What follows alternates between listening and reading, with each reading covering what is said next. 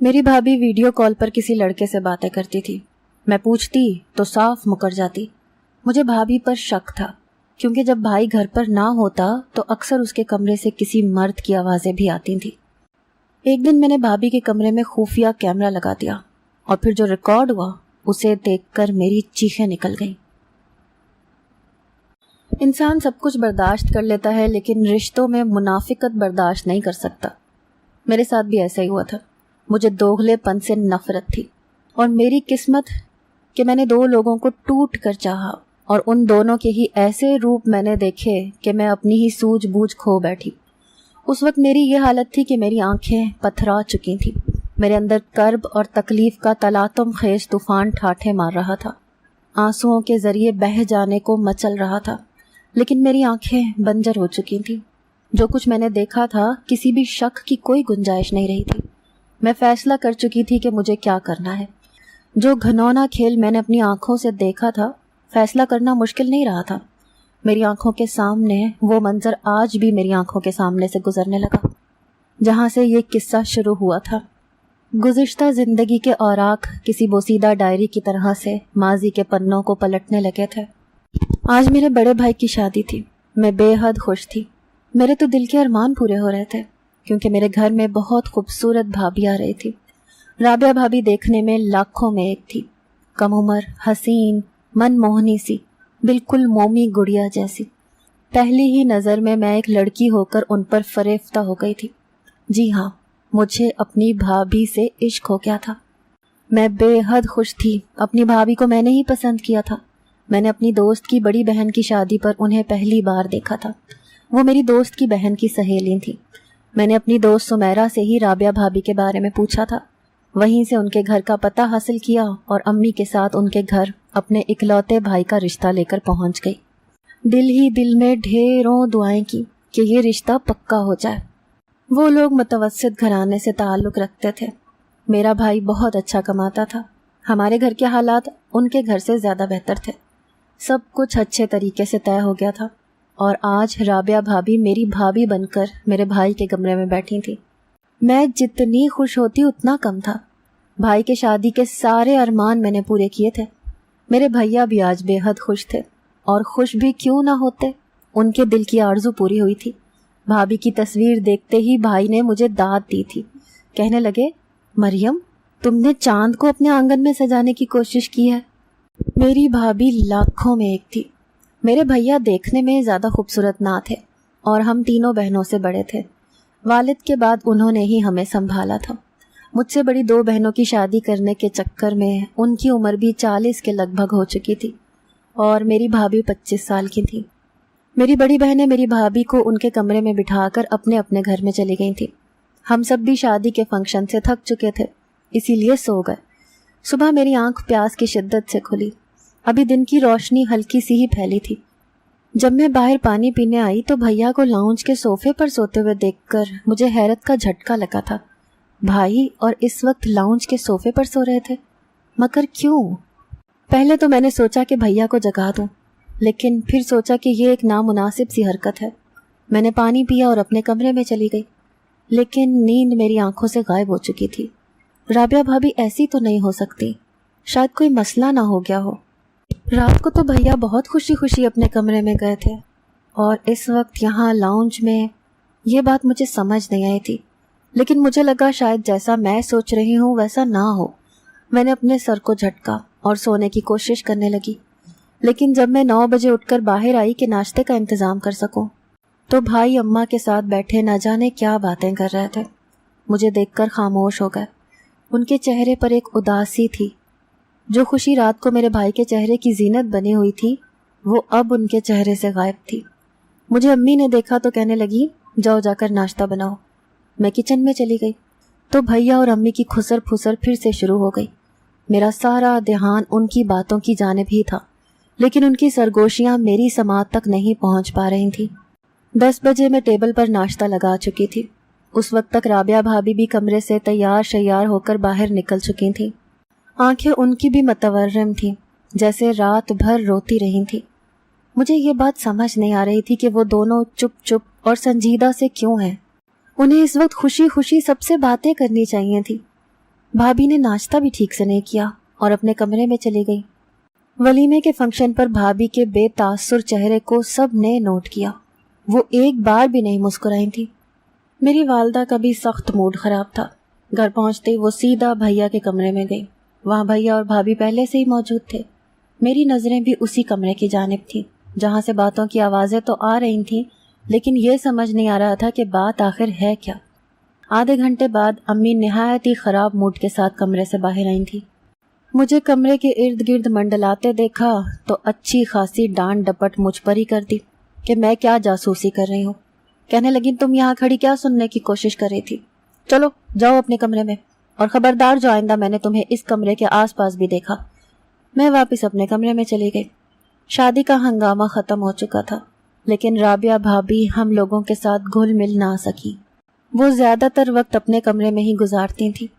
میری جو یہ خواہش تھی کہ بھابھی آئے گی، ہم مل کر ڈھیروں باتیں کیا کریں گے، کھانا بنائیں گے، لیکن میری بھابھی نے تو مجھ سے 5 منٹ بھی بات کرنی گوارا نہیں سمجھی۔ وہ بس رات کو ہی کمرے سے باہر نکلتی تھیں جب بھیا گھر آ جاتے تھے۔ وہ ہم سب کے ساتھ مل کر کھانا ہی کھاتی تھیں۔ میرے بھیا کی جب سے شادی ہوئی تھی، میرے بھیا تو ہنسنا بولنا تک چھوڑ چکے تھے۔ کھانے کے دوران بھی بھیا نہ جانے کن سوچوں میں غرق رہنے لگے تھے۔ میں جب بھی ان کا بجھا بجھا چہرہ دیکھتی تو مجھے بہت برا سا لگتا۔ وہ تو بہت ہنسمکھ ہوا کرتے تھے۔ میری بھابھی کا ہم سے بس اتنا ہی تعلق تھا کہ وہ 2 وقت کا کھانا بنا دیتی تھی۔ میری شادی شدہ بہنیں بھی اگر گھر آتی تو بھابھی ان سے بھی سیدھے منہ بات نہیں کرتی تھی۔ بات صرف اتنی سی نہ تھی۔ ایک بار تو میری آنکھوں نے جو دیکھا، مجھے اپنی بصارت پر یقین نہیں آ رہا تھا۔ میری بھابھی کا یہ روپ بھی تھا۔ ایک بار میں شام کی چائے بنا رہی تھی۔ میں نے سوچا کہ امی اور اپنے لیے بنا رہی ہوں، چلو بھابھی کو بھی بنا دیتی ہوں۔ ہو سکتا ہے کہ وہ نئے ماحول میں ایڈجسٹ نہیں کر پا رہے، مجھے ہی ان سے دوستی لگانی چاہیے۔ میں نے امی کو چائے ان کے کمرے میں دے دی اور ایک ٹرے میں 2 کپ چائے رکھی، پھر بسکٹ اور نمکو بھی پلیٹ میں ڈالے۔ پوری ٹرے سجائی، بھابھی کے کمرے کے باہر کھڑی ہو گئی۔ اس سے پہلے کہ میں دروازے پر دستک دیتی، مجھے میری بھابھی کے زوردار کہے نے چوکنا کر کے رکھ دیا۔ وہ کسی بات پر کہے لگا رہی تھی۔ شاید وہ فون پر کسی سے بات کر رہی تھی۔ جس نوعیت کی گفتگو وہ کر رہی تھی، وقتی طور پر تو میں چکرا کر رہ گئی تھی۔ کس قسم کی عورت تھی یہ میری بھابھی؟ ٹپ ٹپ میری آنکھوں سے آنسو بہنے لگے۔ میں تو انہیں بڑی محبت اور چاہوں سے بیاہ کر لائی تھی۔ میں تو سمجھی تھی کہ نئے ماحول میں ایڈجسٹ نہیں کر پا رہی، شاید وجہ ان کی جھجک ہے، لیکن نہیں، بات تو کچھ اور ہی تھی، اور جو بات تھی وہ نہایت شرمناک تھی۔ میں وہیں سے واپس پلٹ کر آ گئی اور چائے واپس کچن میں رکھ دی۔ مجھے بھائی کی خاموشی کی وجہ معلوم ہو گئی تھی۔ میرا دل ہی تو کٹ کے رہ گیا تھا۔ مجھے اپنی خوبصورت اور نازک اندام بھابھی زہر لگنے لگی تھی۔ عورت کے ایسے حسن کا کیا فائدہ جو اس کے شوہر کے لیے نہ ہو؟ مجھے لگا اپنے بھیا کی اداسی اور خاموشی کی ذمہ دار میں ہوں۔ میں نے اپنے بھائی کے لیے حسن کو ترجیح دی تھی، اور وہ حسن میرے بھائی کی خوشیوں کو کھا گیا تھا۔ میں تھی ان کی گنہگار۔ میں نے سوچا کہ اب میں چپ نہیں رہوں گی، بھابھی سے میں خود بات کروں گی۔ جب میں نے ان سے بات کرنی چاہی تو وہ تڑک کر بولی، کہنے لگی، میری مجبوری صرف میرے باپ کی کم مائی کی تھی، ورنہ تمہارے بھائی جیسوں کو میں ایک نظر اٹھا کر بھی نہ دیکھوں۔ کبھی مجھے اپنے بھائی کے ساتھ کمپیئر کر کے دیکھو تو تمہیں اندازہ ہوگا کہ وہ کتنا بدصورت ہے۔ اپنی بھابھی کے منہ سے یہ سب کچھ سن کر میں غصے سے ان کے کمرے سے باہر نکل گئی۔ ان کے گھمنڈ سے بھرے لہجے میں صرف تذلیل تھی۔ اس دن میں بہت روئی تھی۔ میرا بھائی اگر چپ تھا تو اس کی وجہ میری بھابھی کی ایسی اہانت بھری باتیں ہی ہو سکتی تھیں۔ میں تو اپنے بھائی سے نظریں ملانے کے بھی قابل نہیں رہی تھی۔ میں نے دوبارہ بھابھی سے بات تک نہیں کی۔ انہی دنوں میرے رشتے کی بات چلنے لگی۔ رشتہ اچھا تھا، اسی لیے میری والدہ نے بنا دیر کیے رشتہ منظور کر لیا، لیکن شادی 6 ماہ بعد کرنی تھی۔ کامران ایک خوش شکل نوجوان تھا۔ جس دن میری منگنی کی رسم تھی، میری بھابھی بہت اچھے سے تیار ہوئی، خوش بھی بہت لگ رہی تھی۔ سارے خاندان کے سامنے یوں تھی جیسے سارا گھر اسی نے سنبھالا ہوا ہو، اور میرے بھائی کے ساتھ بھی جیسے بہت اچھے سے رہتی ہو۔ کیسے کیسے روپ تھے اس عورت کے، حیران کر دینے والے۔ بہرحال میری منگنی کامران سے ہو گئی۔ ایک بار رات کو سوتے ہوئے مجھے یہ محسوس ہوا جیسے لاؤنج میں کوئی سرگوشیوں میں باتیں کر رہا ہے۔ میں اٹھ کر بیٹھ گئی۔ میں نے تھوڑا سا دروازہ کھولا تو دیکھ کر حیران سی رہ گئی۔ میری بھابھی ویڈیو کال پر کسی سے دھیرے دھیرے باتیں کر رہی تھی۔ لاؤنج کا ایک بلب جل رہا تھا اور وہ ہنس ہنس کر کسی سے باتیں کر رہی تھی۔ جہاں میری بھابھی صوفے پر بیٹھی تھی، اگر میں کمرے سے باہر نکلتی تو ان کی نظر سامنے ہی مجھ پر پڑ جاتی۔ میں نے کان باہر کی جانب لگائے۔ اس وقت ہر سو خاموشی تھی۔ میں سننا چاہتی تھی کہ وہ بات کس سے کر رہی ہیں۔ دوسری آواز ایک نوجوان لڑکے کی تھی۔ یقیناً یہ وہی ہوگا جس سے اس دن بھابھی ٹھٹھے لگا رہی تھی اور میرے بھیا کا مذاق اڑا رہی تھی۔ اس دن وہ کہہ رہی تھی کہ میں تمہیں اپنے شوہر کی کیا مثال دوں، میں چاند ہوں تو وہ میرے حسن پر کالا داغ، مجھے اسے دیکھ کر گھن آتی ہے، نفرت سی محسوس ہوتی ہے۔ میں نے ابھی تک اسے خود کو چھونے کی اجازت نہیں دی ہے اور دے بھی نہیں سکتی۔ یہ میں جانتی تھی کہ میں نے کس دل سے یہ سب کچھ سنا تھا۔ میرے بھیا بے شک دکھنے میں بہت خوبصورت نہ تھے، لیکن اچھا پہن اوڑھ کر جاذب نظر لگتے تھے۔ وہ دل اور کردار کے بہت صاف شفاف تھے۔ آج تک انہوں نے کسی نامحرم عورت کو نظر اٹھا کر نہیں دیکھا تھا۔ یہ کیسی عورت تھی کہ اسے میرے بھائی کا خوبصورت دل اور کردار نظر نہیں آیا؟ نظر آیا تو وہ بھی بس اپنا ظاہری حسن۔ میں نے تعصب سے سوچا تھا، میری بھابھی بے شک بلا کی حسین سہی، لیکن کردار کی کیا تھی؟ شوہر کے ہوتے ہوئے چھپ کر ایک غیر مرد سے باتیں کرنے والی۔ تف ہے ایسی عورت پر۔ میں نے تنفر سے سوچا تھا۔ مجھے اپنی پسند پر افسوس تھا۔ کچھ دنوں بعد میں نے یہ بات محسوس کی کہ میری بھابھی کا رویہ سب سے بدلنے لگا ہے۔ وہ بھائی سے بھی ٹھیک سے بات کر رہی تھی، میری والدہ کو بھی پوچھنے لگی تھی، لیکن میرا بھائی ویسا ہی تھا۔ اس کی زبان کا کفل اب بھی اسے بولنے نہیں دیتا تھا۔ وہ بس ہوں ہاں میں ہی جواب دیتا تھا۔ میری شادی کے دن بھی قریب آنے لگے تھے۔ میری بھابھی بڑھ چڑھ کر ہر چیز میں حصہ لے رہی تھی۔ میری شاپنگ، شادی کی تیاریاں وہ خود ہی کر رہی تھی۔ میری ماں کے سارے شکوے ہی جیسے ختم ہو گئے تھے۔ میں جب بھابھی کا بدلا رویہ دیکھتی تو مجھے لگتا کہ سب کچھ ٹھیک ہے، لیکن جب میں بھائی کو چپ اور ان کی آنکھوں میں اداسی کے دیے جلتے دیکھتی تو مجھے لگتا کہ کچھ بھی ٹھیک نہیں ہے، کہیں نہ کہیں کچھ تو گڑبڑ ہے۔ انہی الجھنوں کو ذہن میں لیے کامران کے سنگ میں اس کے گھر سدھار گئی تھی۔ میرے ساس سسر جیٹھ کے ساتھ بیرون ملک رہتے تھے۔ میری شادی کے فوراً بعد جیٹھ کے ساتھ واپس چلے گئے اور میں اور کامران اکیلے ہی رہتے تھے۔ کامران بہت خوش مزاج قسم کے انسان تھے۔ میری شادی کو ابھی چند دن ہی گزرے تھے کہ رابعہ بھابھی بھائی کے ساتھ میرے گھر آ گئی۔ میں تو انہیں دیکھ کر حیران تھی۔ وہ مجھ سے یوں ملی جیسے مجھ سے بڑی محبت اور دوستی ہو۔ مجھ سے کہنے لگی، مریم تمہارے جانے سے تو ہمارا گھر ہی خالی ہو گیا ہے، میں تمہارے بغیر اتنی اداس تھی، فیضان کے آفس سے واپس آتے ہی انہیں یہاں لے کر آئی ہوں۔ میں تو ان کا یوں محبت جتانا دیکھ کر متحیر تھی۔ کیسی دوغلی قسم کی عورت تھی، پتہ نہیں یہ سب کس پر جتانا چاہ رہی تھی۔ بھیا کی تو اسے پرواہ تک نہ تھی۔ میں یہی سوچ رہی تھی کہ جب اچانک میری نظر بھابھی پر پڑی تو وہ کامران کو دیکھ رہی تھی۔ جو چمک میں نے اپنی بھابھی کی آنکھوں میں کامران کو دیکھتے ہوئے دیکھی، مجھے جھٹکا سا لگا۔ ان کے چہرے کی مسکان ہی غائب نہیں ہو رہی تھی۔ کامران بھیا سے گلے مل رہے تھے، کہہ رہے تھے مریم اکیلی ہی ہوتی ہے، آپ لوگ آ جایا کریں جب بھی آپ کا دل چاہے۔ کامران کی بات پر رابعہ بھابھی برجستہ بولی، کیوں نہیں، میں تو ضرور آیا کروں گی، میری تو اپنی پیاری سی نند کے بنا دل ہی نہیں لگتا۔ میں یہ سب سن کر غش کھاتے کھاتے بچی۔ میری بھابھی کا محبت بھرا یہ انداز تو میں بھی پہلی بار دیکھ رہی تھی۔ کھانا بھیا اور بھابھی نے ہمارے ساتھ ہی کھایا تھا اور ہمیں بھی کھانے کا دعوت نامہ ہی دینے آئے تھے۔ چند دن بعد جب میں میکے گئی تو امی بہت بیمار لگ رہی تھی۔ نہ جانے انہی چند دنوں میں انہیں کیا ہو گیا تھا۔ میں نے پوچھا، امی آپ کی طبیعت تو ٹھیک ہے؟ کہنے لگی، پتہ نہیں میری طبیعت اب ٹھیک نہیں رہتی۔ مجھے انہیں دیکھ کر بھی لگ رہا تھا کہ امی ٹھیک نہیں ہے۔ میں نہیں جانتی تھی کہ میری ماں سے یہ میری آخری ملاقات ہوگی۔ چند دن بعد مجھے یہ خبر ملی کہ میری والدہ دنیا فانی سے کوچ کر گئی تھی۔ میرے لیے یہ بہت بڑا صدمہ تھا۔ میرا رو رو کر برا حال تھا۔ مجھ پر بار بار غشی کے دورے پڑ رہے تھے۔ میری بڑی بہنیں مجھے سنبھالے ہوئے تھیں کیونکہ میں اپنی ماں کی لاڈلی تھی۔ مجھے یہ تک ہوش نہیں تھی کہ میری ماں کو دفن کب کیا گیا۔ کامران میری حالت کے پیش نظر مجھے میکے میں ہی چھوڑ گئے۔ چند دن کے بعد میری بڑی بہنیں بھی جا چکی تھیں۔ اب میں وہاں رابعہ بھابھی کے ساتھ اکیلی تھی۔ میری بھابھی بس چند دن تعزیت کرنے والوں کے سامنے افسردہ نظر آئی۔ اس کے بعد تو وہ یوں تھی جیسے کچھ ہوا ہی نہ ہو۔ رابعہ بھابی کا رویہ مجھ سے لیا دیا سا تھا۔ میں ہر وقت اپنی ماں کے کمرے میں بیٹھی انہیں یاد کر کے روتی رہتی، لیکن بھابی کو میری پرواہ تک نہ تھی۔ ایک رات کامران مجھ سے ملنے کے لیے آ گئے۔ کامران کو دیکھ کر میری بھابی چہک اٹھی، فوراً سے کامران کی آؤ بھگت میں لگ گئی۔ کامران کے سامنے مجھ سے محبت جتانے لگی۔ مجھے اپنی بھابی کا یہ دکھاوا بہت برا لگ رہا تھا۔ میں نے سوچا کہ میں کامران کے ساتھ واپس گھر چلی جاؤں، لیکن میری بھابی نے مجھے زبردستی روک لیا کہ ابھی تمہارا غم تازہ ہے، تم میرے پاس ہی رک جاؤ، یہ نہ ہو کہ گھر میں اکیلے رو رو کر بے ہوش ہو جاؤ اور ہمیں پتہ ہی نہ چلے۔ بھابی کی بات سن کر کامران بھی تھوڑا گھبرا گئے، مجھے وہیں چھوڑ کر واپس چلے گئے۔ رات کو پھر سے مجھے انہی سرگوشیوں کی آوازیں آنے لگی۔ میں بہت پریشان ہو گئی۔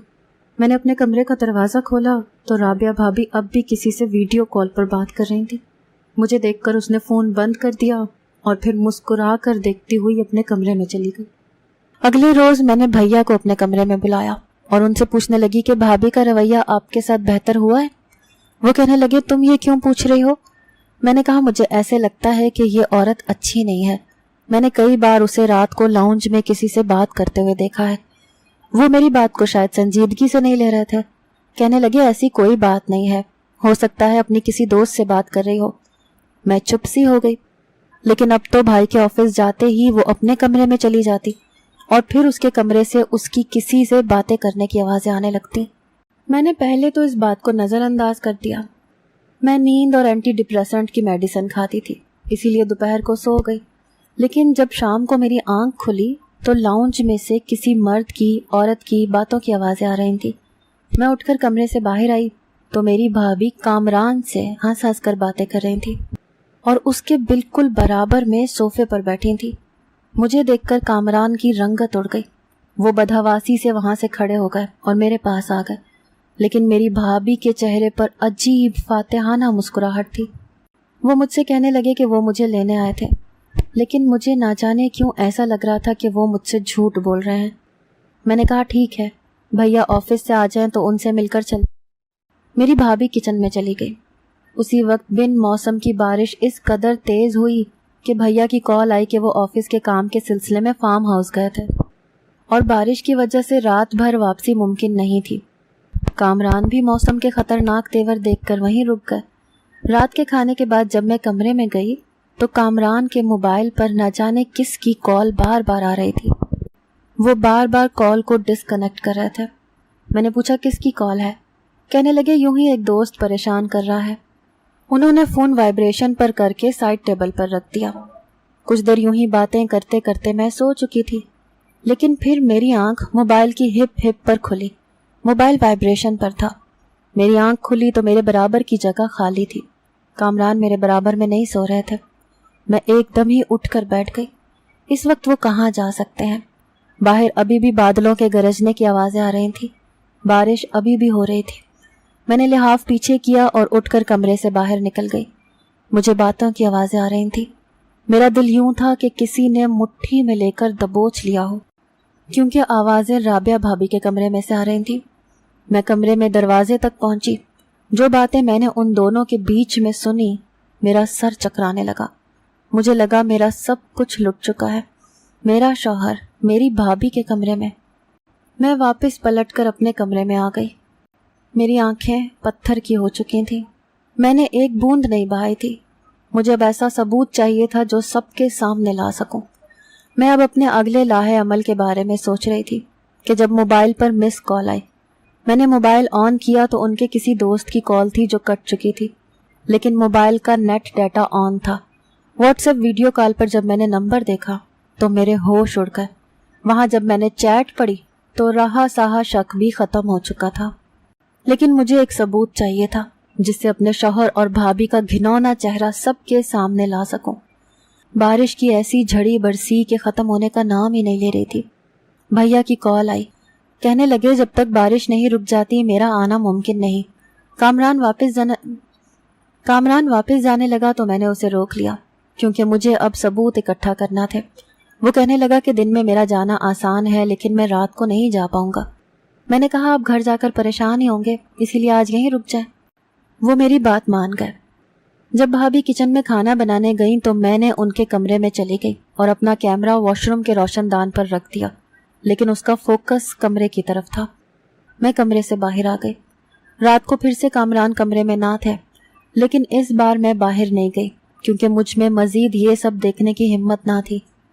میں نے پہلے رابعہ بھابھی کو بہت چاہا تھا، لیکن وہ دوغلی نکلی۔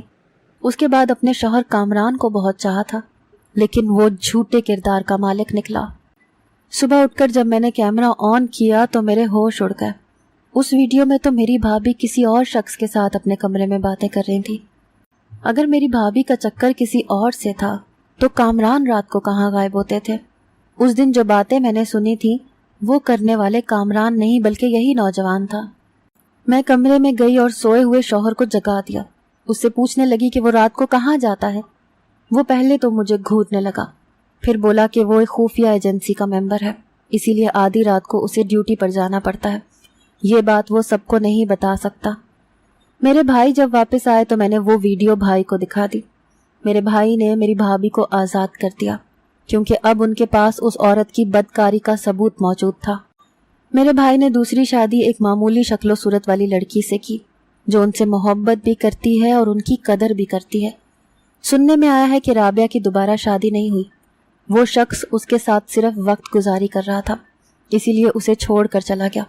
اب اس کے پاس پچھتاوے کے علاوہ اور کچھ نہیں ہے۔